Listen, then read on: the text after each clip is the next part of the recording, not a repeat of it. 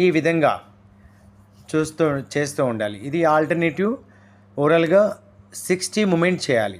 ఏంటి? పర్వతాసన, అర్ధవష్టాసన అండ్ శశంకాసన.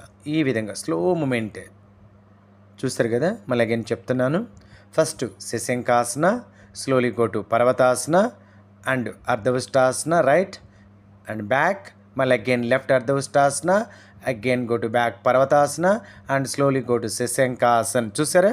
ఈ విధంగా 60 మూమెంట్ చేయాలి స్లోగా.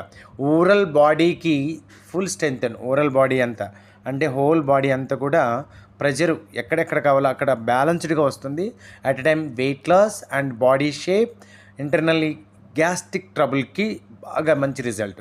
ఆఫ్టర్ స్లోలీ ఇలా రిలాక్స్ అవ్వాలి. అయితే చెప్పిన విధంగా 63 రౌండ్ చేయాలి. ఆఫ్టర్ ఈ విధంగా సుఖాసనంలో breathe in breathe out, long inhale long exhale తీసుకుంటూ